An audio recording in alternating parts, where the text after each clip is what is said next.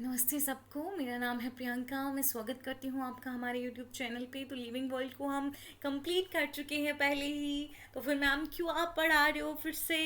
बेटा कुछ क्वेश्चंस होते हैं जैसे टाइप कॉन्सेप्ट से ट्राइनोमियल नॉमेनक्लेचर तो कई बार ही पूछा जाता है, लेकिन आपको नॉलेज होना चाहिए। और कुछ बुक्स के नाम हम बताएंगे, थोड़ा सा टेक्सोनॉमी के बारे में भी हम जानेंगे। तो वीडियो को जो है वो लाइक भी करना, शेयर भी करना और हमारे चैनल को सब्सक्राइब भी करना, ठीक है। तो चलिए हम बात करते हैं सबसे पहले अल्फा टेक्सोनॉमी के बारे में, ठीक। और स्टूडेंट्स जो हैं वो होमवर्क पूरा पूरा करेंगे। इन सारा जो भी मैं पढ़ाऊंगी उसके नोट्स बना लेंगे, ये बहुत इंपॉर्टेंट है। आपको बहुत बार क्वेश्चन पूछे जाते हैं, ठीक है। तो अल्फा टेक्सोनॉमी, बेटा आपने क्या पढ़ा था टेक्सोनॉमी का? कि उसमें कैरेक्टराइजेशन होता है, आइडेंटिफिकेशन होता है, क्लासिफिकेशन होता है और नॉमेनक्लेचर होता है। सिस्टमैटिक्स में क्या पढ़ा था? Identification, nomenclature, classification. अगर आपने अभी ध्यान दिया हो तो मैंने टेक्सोनॉमी में क्या कहा? पहले मैंने क्लासिफिकेशन पहले कहा, बाद में नॉमेनक्लेचर कहा। वही मैंने सिस्टमैटिक्स में पहले क्या बोला? नॉमेनक्लेचर, बाद में क्लासिफिकेशन। तो मैम ऐसा क्यों, ऐसा क्यों? ऐसा इसलिए क्योंकि बेटा ये एनसीईआरटी में लिखा है। जैसा एनसीईआरटी में जिस लाइन के लिए जो लिखा है, जिस बात के लिए जो लिखा है, आपको बस वही मानना है। क्योंकि बाकी कोई भी चीज़ कहीं भी लिखी है उसको इनवैलिड कर दिया जाता है, और एनसीईआरटी जो लिखा है उसी को वैलिड माना जाता है। तो हम आज बात करते हैं alpha, beta and omega taxonomy के बारे में। तो अब बेटा अल्फा टेक्सोनॉमी, जब आप किसी स्पीसीज को पहचानने की कोशिश करते हो सिर्फ उसके बाहरी फीचर्स को देख के, तो हम क्या बोलेंगे? Alpha taxonomy. तो इंग्लिश में आपको थोड़ी दिक्कत भी होगी, आप हिंदी में लिख लेंगे अपने पास, ठीक है। तो क्या हुआ, अगर आप किसी फील्ड में जाते हो या कोई हर्बेरियम शीट देखते हो तो आप सिर्फ उसकी मॉर्फोलॉजी देखोगे ना, देखोगे या नहीं देखोगे, ठीक। तो वो हो गया आपके पास, उस मॉर्फोलॉजी को देख के ही आप पहचानोगे और क्लासिफाई करोगे, तो उसको बोलेंगे अल्फा टेक्सोनॉमी। और ये जो अल्फा टेक्सोनॉमी है आपको हेल्प करता है मोनोग्राफ्स बनाने में और फ्लोरा बनाने में। मोनोग्राफ आप समझते हैं कि क्या होता है, जिसमें किसी एक पर्टिकुलर टेक्सॉन के बारे में बताया जाता है। फ्लोरा में जो है वो स्पीसीज का हैबिटेट बताया जाता है, उनका डिस्ट्रीब्यूशन कैसा है ये बताया जाता है। तो जो भी मैंने कहा वो हर एक बात का आप ध्यान रखेंगे, क्योंकि वो लाइंस जो हैं वो एनसीईआरटी की हैं। तो देखिए, alpha taxonomy concerns with collecting and identifying organisms based on gross morphology. तो देखिए किस पे बेस्ड है ये? ग्रॉस मॉर्फोलॉजी पे। Field and herbarium studies helping to compile monograph in flora and also in identifying plants, ठीक। तो based on gross morphology, field and herbarium studies देखेंगे हम, ठीक। फील्ड क्योंकि उन सब पे क्या दिखेगा? सिर्फ मॉर्फोलॉजी दिखेगी। तो क्या बना पाएंगे हम? मोनोग्राफ भी बना सकते हैं हम, फ्लोरा भी बना सकते हैं। फ्लोरा में जो है हम लिख सकते हैं कि ये इस पे फील्ड पे जाएंगे ना आप, तो देखेंगे कि अच्छा इस एरिया में जो है वो ये स्पीसीज पाई जा रही हैं। और फ्लोरा में क्या लिखा जाता है? यही तो लिखा जाता है कौन से स्पीसीज जो है उनका हैबिटेट कैसा है, कहाँ कहाँ उनका डिस्ट्रीब्यूशन है, ठीक है। बीटा टेक्सोनॉमी में जब हम बात करेंगे बीटा टेक्सोनॉमी की, तो उसमें along with morphological studies anatomy भी हम देखेंगे कि अंदर से स्ट्रक्चर कैसा है। जीन्स लेवल पे बात करेंगे, सेल को भी थोड़ा देखेंगे, और उसमें फंक्शन कैसे हो रहे, फिजियोलॉजी कैसे, इंटरनल जो फंक्शन है वो कैसे है वो भी देखा जाएगा। और एम्ब्रियोलॉजिकल स्टडी भी की जाती है बेटा, ठीक है, कि एम्ब्रियो जो है उसका फॉर्मेशन किस तरह से है। तो बीटा टेक्सोनॉमी में क्या हो गया? It concerns with collecting of and identifying based on morphological and evidences from anatomy, genetics, cytology, physiology, etc. Now come to omega taxonomy. Omega taxonomy में माइक्रोस्कोप के अंडर, मतलब इलेक्ट्रॉन माइक्रोस्कोप के under भी आप पूरा स्ट्रक्चर देखोगे, पूरा ultra structure देखोगे पूरी सेल्स का। और उस पर्टिकुलर प्लांट में जो है या एनिमल में जो भी स्पीसीज है, जो भी इंडिविजुअल है, उसमें कौन कौन से केमिकल्स जो हैं वो ज़्यादातर बन रहे हैं वो भी आप देखेंगे, ध्यान देंगे, और उनके बेसिस पे आप क्लासीफाई करेंगे। तो omega taxonomy considers all microscopic observation and biochemical evidence equal to new systematics based on phonetic classification। तो phonetic classification के बारे में मैं आपको biological classification में ज़्यादा बताऊंगी। यहाँ पे आप मेनली यही याद रखेंगे कि अल्फा टेक्सोनॉमी में सिर्फ मॉर्फोलॉजिकल कैरेक्टर्स को कंसीडर किया जाता है। बीटा टेक्सोनॉमी में मॉर्फोलॉजिकल कैरेक्टर्स के साथ साथ anatomy, genetics, cytology, physiology and embryology को भी कंसीडर किया जाता है। ओमेगा टेक्सोनॉमी में माइक्रोस्कोपिक जो ऑब्जर्वेशन है, जो भी चीज़ आपने माइक्रोस्कोप माइक्रोस्कोप के अंडर देखी है, उसके साथ साथ उस पर्टिकुलर इंडिविजुअल में कौन सी केमिकल्स जो बने हैं वो भी ध्यान दिया जाता है। इसके बेस पे जो है वो आगे क्लासिफाई किया जाता है, आइडेंटिफाई किया जाता है, ठीक है। तो इसके बाद हमारे पास आता है टाइपिफिकेशन। तो बेटा जो भी देखो, आप जब आइडेंटिफाई करेंगे, किसी स्पीसीज को डिस्क्राइब करेंगे, ठीक है, तो चाहे एनिमल है तो किसी एनिमल को देखेंगे ना आप, उसको डिस्क्राइब करेंगे, एक को मेनली, ठीक है।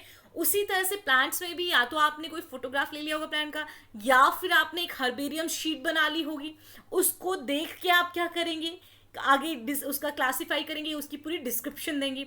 तो ऐसा कोई भी फोटोग्राफ या स्पेसिमेन या फिर कोई भी हर्बेरियम शीट जिसको देख के आप उस पर्टिकुलर इंडिविजुअल के बारे में आगे डिस्क्राइब करने वाले हैं, उसको बोल देते हैं हम टाइप। समझ गए आप? तो देखिए, जो पहली बार किसी स्पीसीज की डिस्क्रिप्शन होती है ना, किसी स्पीसीज के बारे में पूरा वर्णन दिया जाता है, सब कुछ बताया ऑथर ने, मतलब वो पूरा डिस्क्रिप्शन करने वाला और बताने वाला कौन होगा? ऑथर। तो जो ओरिजिनल ऑथर जिस स्पेसिमन को यूज करता है उसको क्या बोलते हैं हम? होलोटाइप, ठीक है। जैसे आपने कोई एक नई स्पीसीज निकाली, उस स्पीसीज मतलब देखिए आपने एक प्लांट की नई स्पीसीज, आपने क्या किया, उस प्लांट का एक हर्बेरियम शीट तैयार कर दिया, ठीक है। अब उसी को देख के जो है आगे आप पूरा डिस्क्रिप्शन करेंगे और अपना पेपर पब्लिश करेंगे और उसमें आप बताएंगे कि ये जो है ये हर्बेरियम शीट है जिसके बेसिस पे ये मैंने सारा डिस्क्रिप्शन दिया है। तो उस ओरिजिनल जो शीट होगी, ओरिजिनल जो स्पेसिमन होगा, उसको हम क्या बोल देंगे? होलोटाइप। तो देखिए, herbarium sheet on which first description of plant is based is called holotype. समझ गए आप? ठीक है। अब उसी प्लांट से, एक प्लांट में तो बहुत सारी ब्रांचेस, बहुत सारे फ्लावर्स रहते हैं ना, ठीक। आप अगर उसी टाइम पे डुप्लीकेट बनाते हैं, होलोटाइप का डुप्लीकेट बनाते हैं, बिल्कुल सेम प्लांट से, सेम टाइम पे, सेम जगह से कुछ और भी जो है आप ब्रांचेस ले लेते हैं और उनको भी क्या कर देते हैं, उनका भी हर्बेरियम शीट पे लगा देते हैं, तो वो क्या हो जाएंगे? होलोटाइप के डुप्लीकेट। और उनको बोलेंगे आप आइसोटाइप। उनको क्या बोलेंगे बेटा? आइसोटाइप। क्योंकि होलोटाइप एक ही होगा, जिसके बेस पे डिस्क्रिप्शन दिया जाएगा, ठीक है, वो एक ही होगा। बाकियों को क्या मान लेंगे आप? आइसोटाइप। तो देखिए, it is duplicate of, isotype की बात कर रही हूं मैं, it is duplicate of holotype. In presence of holotype a second herbarium sheet prepared from original plant is called isotype। अब समझ गए आप? ठीक है। अब नेक्स्ट हम बात करते हैं लैक्टोटाइप। अब क्या हुआ, आपने जो होलोटाइप बनाया था ना उस ओरिजिनल प्लांट से, उसी सेम प्लांट से आपने क्या बनाया? आइसोटाइप बनाया, ठीक है। तो क्या हुआ? होलोटाइप, चलो आइसोटाइप बना है नहीं बना है वो हम कंसीडर नहीं करेंगे। हाँ, अभी सोचेंगे होलोटाइप जो है जिसके बेसिस पे आप डिस्क्रिप्शन दे रहे थे, एकदम से वो क्या हो गया? खराब हो गया, गुम हो गया, वो खत्म हो गया, आग लग गई उसमें या फंगस लग गई उसमें। अब क्या किया जाए? तो अब आप क्या करेंगे? उसी सेम प्लांट से एक और क्या निकालेंगे? एक और स्पेसिमेन निकालेंगे, हर्बेरियम शीट पे लगा देंगे और उसको क्या बोल देंगे अब आप? लैक्टोटाइप, ठीक है।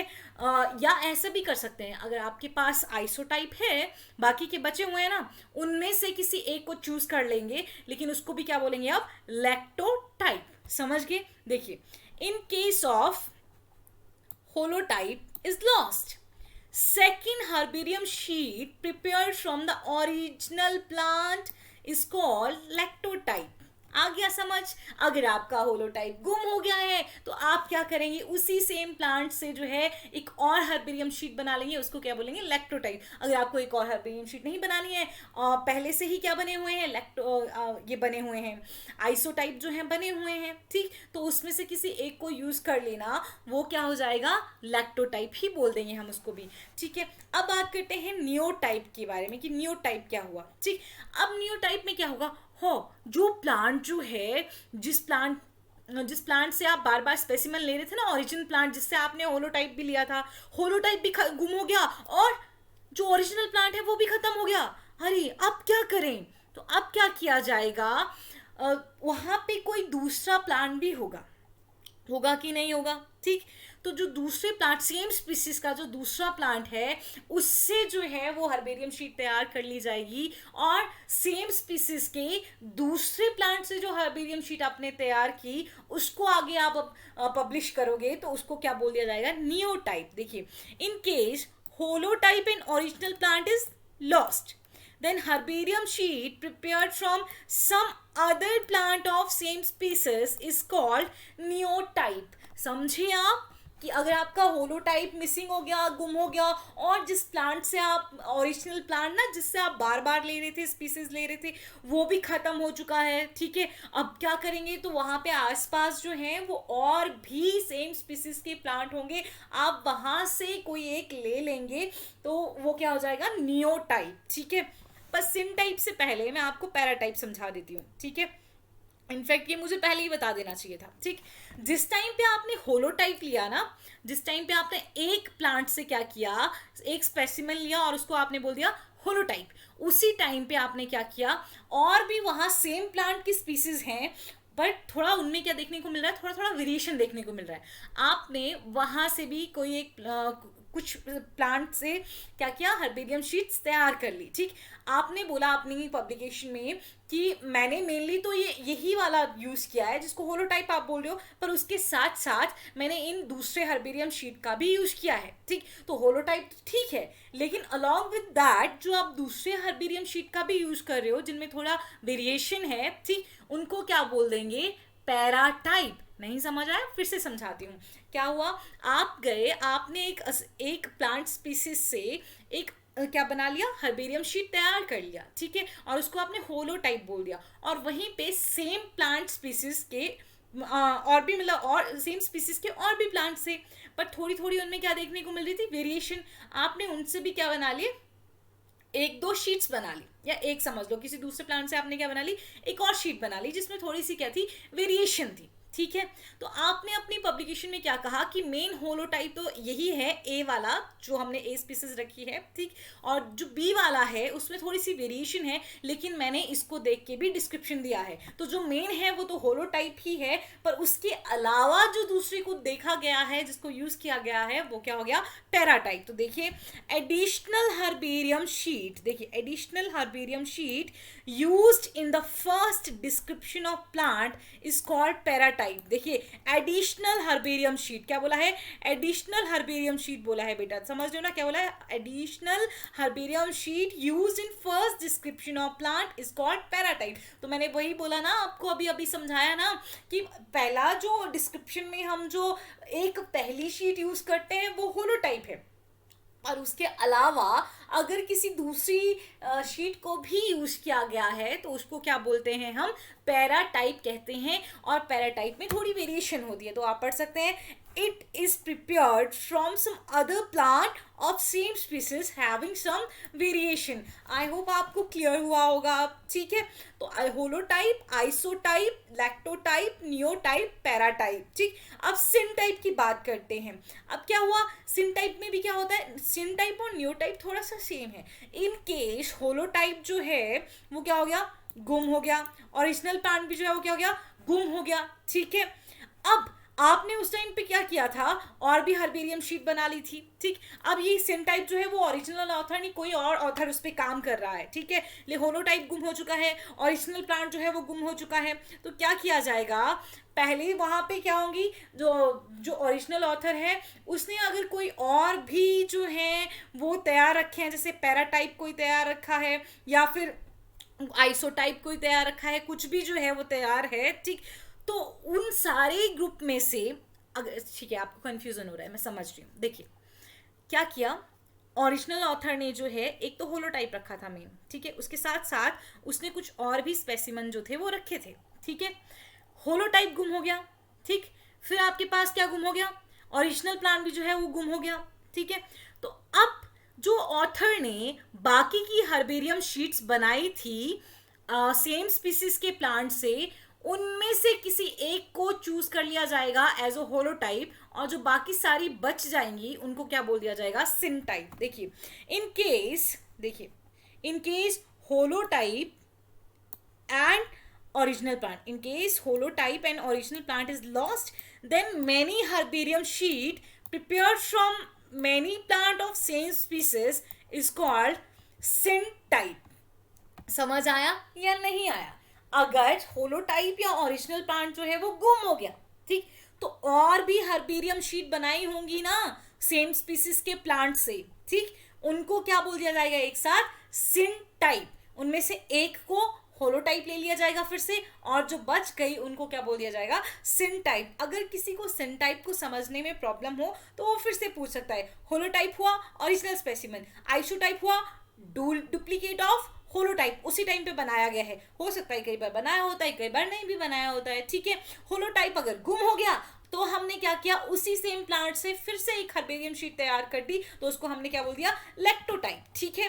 अब होलोटाइप के साथ साथ अगर ऑथर एक और सेम स्पीसीज का बट विथ सम वेरिएशन वाला प्लांट से हर्बेरियम शीट बना दिए है और उसी को जो है वो फर्स्ट डिस्क्रिप्शन में भी यूज कर रहा है, ठीक, तो उसको दूसरे प्लांट को होलोटाइप के अलावा जो दूसरा प्लांट डिस्क्रिप्शन में यूज हो रहा है उसको हम क्या बोल देंगे?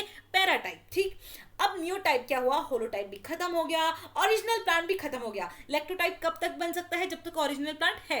अब अगर ओरिजिनल प्लांट भी खत्म हो चुका है, होलोटाइप भी खत्म हो चुका है, तो क्या करेंगे? एक नई हर्बेरियम शीट बनाएंगे एक प्लांट से जो कि उसी सेम स्पीसीज का है, तो उसको हम क्या बोल देंगे? न्यूटाइप, ठीक है। सिंटाइप क्या हो गया?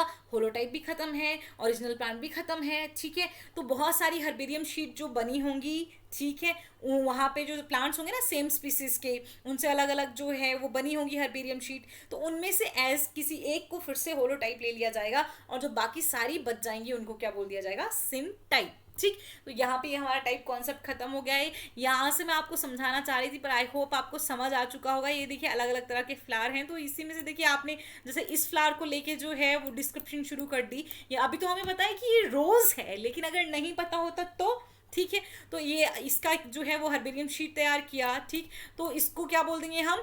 होलोटाइप, ठीक। और इसी प्लांट से उसी टाइम पे हमने एक और हर्बेरियम शीट तैयार कर दिया है, तो वो क्या हो जाएगा? आइसोटाइप, ठीक। अब अगर हम इस वाइट फ्लावर से भी एक हर्बेरियम शीट तैयार कर रहे हैं और एक ये हमारा हर्बेरियम शीट है, ठीक, और ऑथर बोलता है कि मैं इसको, ये मेरा होलोटाइप है लेकिन मैं थोड़ा थोड़ा जो है यहाँ से इस वाली शीट से भी स्टडी कर रहा हूँ, इसको देख के भी डिस्क्रिप्शन दे रहा हूँ, तो ये क्या हो जाएगा? पैराटाइप हो जाएगा, ठीक है। चलिए अब ट्राइनोमियल नॉमेनक्लेचर की बात करते हैं। ट्राइनोमियल नॉमेनक्लेचर को दिया था हक्सले एंड स्ट्रिकलैंड ने, याद रखेंगे। Who gave the trinomial nomenclature? Huxley and Strickland. अब इसमें क्या होता है, कई बार जो है क्या होता है, देखिए, according to this system name of any plant और species is composed of 3 names. 3 नाम होते हैं ट्राइनोमियल नॉमेनक्लेचर में, तो ये क्या आ जाएगा? Genus, species and subspecies, और जिसको हम वेराइटी भी बोलते हैं। Variety in case of plants और breed in case of animals, ठीक है। तो जीनस का नाम होता है, स्पीसीज का नाम होता है और सब स्पीसीज का नाम होता है, और इसको हम वेराइटी भी बोलते हैं। तो देखिए, when members of any species have large variation then trinomial system is used. Generally trinomial system को यूज नहीं किया जाता है जब तक कि लार्ज वेरिएशन ना हो किसी स्पीसीज में, ठीक है, तब तक बाइनोमियल नॉमेनक्लेचर ही यूज किया जाता है। लेकिन अगर किसी स्पीसीज में बहुत ज्यादा वेरिएशन देखने को मिल रही है तो हम क्या बोल देते हैं? Trinomial nomenclature. On the basis of dissimilarity, किस पे दिया जाता है? देखिए, डिसिमिलैरिटी देखी जाती है। This species is classified into subspecies. देखिए, Brassica oleracea var botrytis, scientific name of cauliflower, very important, sometimes आपसे पूछा जा सकता है। वार का मतलब वेराइटी, ठीक है। ये क्या हो गया? आप ये हो गया आपके पास किसका नाम? जीनस का नाम, ये स्पीसीज का नाम, ये सब स्पीसीज का नाम। देखिए, ब्रासिका ओलेरेशिया वेराइटी कैपिटाटा, ये क्या आ गई? सब स्पीसीज आई, कैबिज, ठीक है। Brassica oleracea var caulorapa, knol knol. समझ गए अब आप ट्राइनोमियल नॉमेनक्लेचर कब यूज किया जाता है? जब किसी स्पीसीज में बहुत ज्यादा वेरिएशन देखने को मिलती है, ठीक। अब बात करते हैं हम कुछ फादर्स के और कुछ बुक्स जो लोगों ने दे रखी हैं, और कुछ हम बात करेंगे फुल फॉर्म जो हम कुछ बताएंगे आपको, तो ये आपको जरूर नोट डाउन करने और याद भी रखने हैं। मैं स्टार लगा दूंगी जो बहुत इंपॉर्टेंट है, ठीक है। फादर ऑफ इंडियन टेक्सोनॉमी संतापू, ठीक है। एच संतापू वो किसको बोला जाता है? फादर ऑफ इंडियन टेक्सोनॉमी किसको कहा जाता है? H Santapau. Father of Indian botany and Indian herbaria William Roxburgh. Term ये वेरी वेरी इंपॉर्टेंट, ठीक है, ये भी इंपॉर्टेंट है, ठीक ये, लेकिन ये बहुत इंपॉर्टेंट है। टर्म टेक्सोनॉमी किसने कोइन करी थी?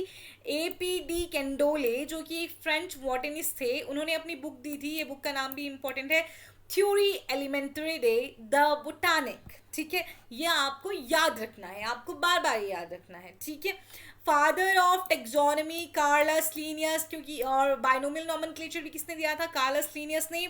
फिर dynamic concept स्टेटिंग species is dynamic and mutable, मतलब डायनामिक मतलब जो हमेशा चेंज होती रहती है, कुछ ना कुछ म्यूटेशन होती रहती है, तो किसने दिया था डायनामिक कॉन्सेप्ट? ये दिया था लेमार्क ने, ठीक है। बायोलॉजिकल स्पीसीज कॉन्सेप्ट से जो मेनली नाम जुड़ा है वो जुड़ा है किसका?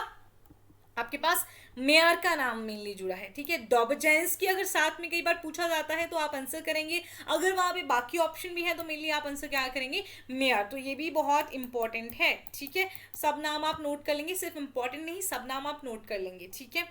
चलिए अब देखिए, name of author and title of the books. Lamarck बहुत इंपॉर्टेंट है, एक एक बुक बहुत इंपॉर्टेंट है। फिलोसफिक जूलॉजिक किसने दी थी? लेमार्क ने। अलेक्जेंडर ऑपरिन ने दिया था द ओरिजिन ऑफ लाइफ। तो देखिए, द ओरिजिन ऑफ स्पीसीज जो है वो डार्विन ने दी है, लेकिन ओरिजिन ऑफ लाइफ जो है वो अलेक्जेंडर ऑपरिन ने दी है। Ernest Mayr, principle of systematic zoology, ठीक। लीनियस ने, ये सारी बुक्स बहुत इंपॉर्टेंट है। देखिए, फिलोसफिक जूलॉजिक लेमार्क ने दी है, लेकिन फिलोसफिक बोटानिका जो है वो लीनियस ने दी है, ठीक। सिस्टमा नेचुरे, हमने कहा था सबसे पहले जो है सिस्टमा वर्ड जो है वो किसने यूज किया था? लीनियस ने यूज किया था अपनी एक बुक सिस्टमा नेचुरे में, ठीक। तो दूसरा हो गया फिलोसफी बोटानिकी स्पीसीज प्लेंटेरम एंड जेनेरा प्लेंटेरम, ठीक है। तो हो गया बाइनोमियल नॉमेनक्लेचर को स्पीसीज प्लेंटेरम में दिया था या किस में दिया था, ठीक। तो स्पीसीज प्लेंटेरम किसकी बुक है? लीनियस की बुक है। जेनेरा प्लेंटेरम किसकी बुक है? लीनियस की है। सिस्टमा नेचुरली एंड फिलोसफिया बोटानिका भी, और फिलोसफिक जूलॉजिक किसकी है? लेमार्क की है। तो यहाँ पे याद रखेंगे। तो देखिए, जो टर्म स्पीसीज थी बेटा वो किसने दी थी? जॉन रे ने दी थी। बहुत बार ये क्वेश्चन आता है कि who gave the term species, ठीक। तो टर्म स्पीसीज किसने दी है? जॉन रे ने। कोहोर्ट क्या होता है? A group of individual of the same age within a population, जो सेम एज और कुछ सेम कैरेक्टर्स के साथ एक पॉपुलेशन में ग्रुप होगा उसको क्या बोलेंगे? कोहोर्ट। सिस्टमैटिक टर्म बताया ना मैंने, किसने सिस्टमा सबसे पहले यूज किया था? लीनियस ने। Term systematics was proposed by Linnaeus in 1735. Now this, what is this new systematics और neo systematics and biosystematic, ये भी पूछा जाता है कि ये किसने टर्म दी थी? तो न्यू सिस्टमैटिक टर्म जो थी वो किसने दी थी? जूलियन हक्सले ने दी थी। कब दी थी? 1940 में दी थी। ध्यान रखिएगा इस बात को, इंपॉर्टेंट है। न्यू सिस्टमैटिक्स टर्म किसने दी है बेटा? जूलियन हक्सले ने दी है, ठीक। अब इसमें क्या होता है देखिए, new systematic include description of all characters, mainly internal, including morphological character, external of plant or living organisms, ठीक है। For example, anatomical characters and cytological character, it is used to know the interrelationship among living organisms। तो देखिए, systematics में हम पढ़ते ही है ना, organism के बीच में रिलेशनशिप देखा जाता है, ठीक है, इवोल्यूशन के बारे में देखा जाता है। तो न्यू सिस्टमैटिक जो टर्म है उसमें एक्सटर्नल कैरेक्टर भी देखे जाते हैं, मॉर्फोलॉजी भी देखी जाती है ऑर्गेनिज्म की, उसके इंटरनल कैरेक्टर भी देखे जाते हैं, पूरा डिटेल स्टडी किया जाता है, और दो ऑर्गेनिज्म जो है किस तरह से रिलेटेड हैं ये भी बताया जाता है न्यू सिस्टमैटिक्स में। तो किसने दी है टर्म न्यू सिस्टमैटिक्स और न्यू सिस्टमैटिक्स और बायोसिस्टमैटिक्स? ये दी है जूलियन हक्सले ने, ठीक है। तो ये आप ये भी नोट कर लेंगे, ये सब इंपॉर्टेंट है। National botanical research institute NBRI कहाँ है? लखनऊ में है। फॉरेस्ट रिसर्च इंस्टीट्यूट कहाँ है? देहरादून में है। लॉर्ड बोटेनिकल गार्डन मैंने बताया था कहाँ है? दार्जिलिंग में है। Central drug CDRI central drug research institute कहाँ है? Lucknow. CAZRI central arid zone research institute कहाँ है? जोधपुर में है। CIMAP central institute of medicinal and aromatic plants, वो भी कहाँ है? लखनऊ में। Indian agricultural research institute IARI होता है, एग्जैक्टली IARI, ठीक है। इंडियन एग्रीकल्चर रिसर्च इंस्टीट्यूट कहाँ है? न्यू दिल्ली। ये भी बहुत इंपॉर्टेंट, ये सारे ही इंपॉर्टेंट है बेटा। बिरबल सानी इंस्टीट्यूट ऑफ पेलियोबॉटनी कहाँ है? लखनऊ में, ठीक है। तो लखनऊ में आपने नेशनल बोटेनिकल गार्डन भी पढ़ा। जो पेलियोबॉटनी का बिरबल सानी का इंस्टीट्यूट है वो भी कहाँ है? लखनऊ में है। और सेंट्रल ड्रग रिसर्च इंस्टीट्यूट भी कहाँ है? लखनऊ में है। Central institute of medicinal and aromatic plants भी कहाँ है? लखनऊ में है। तो ये आपके पास ये एक बिरबल साहनी वाला IARI, ठीक है, CDRI, ठीक, ये लयॉर्ड दार्जिलिंग में जो है FRI, ठीक, ये सारे ही ऑलमोस्ट सब क्या है, बहुत इंपॉर्टेंट है। तो यहाँ पे इसी के साथ हमारा लेक्चर जो है वो ख़त्म होता है। मुझे उम्मीद है कि आपको समझ आया होगा टाइप कॉन्सेप्ट। मेरा कोई भी प्रॉब्लम है, बिना वीडियो को अभी मतलब एकदम से डिसलाइक नहीं कर देना है, वीडियो को पहले पूरा समझना है और प्रॉब्लम बतानी है कि प्रॉब्लम कहाँ आ रही है, ठीक है। अगर टाइप कॉन्सेप्ट का कोई भी चीज़ आपको समझ नहीं आई है, आप कमेंट बॉक्स में मुझे कमेंट करके बता सकते हैं। Thank you.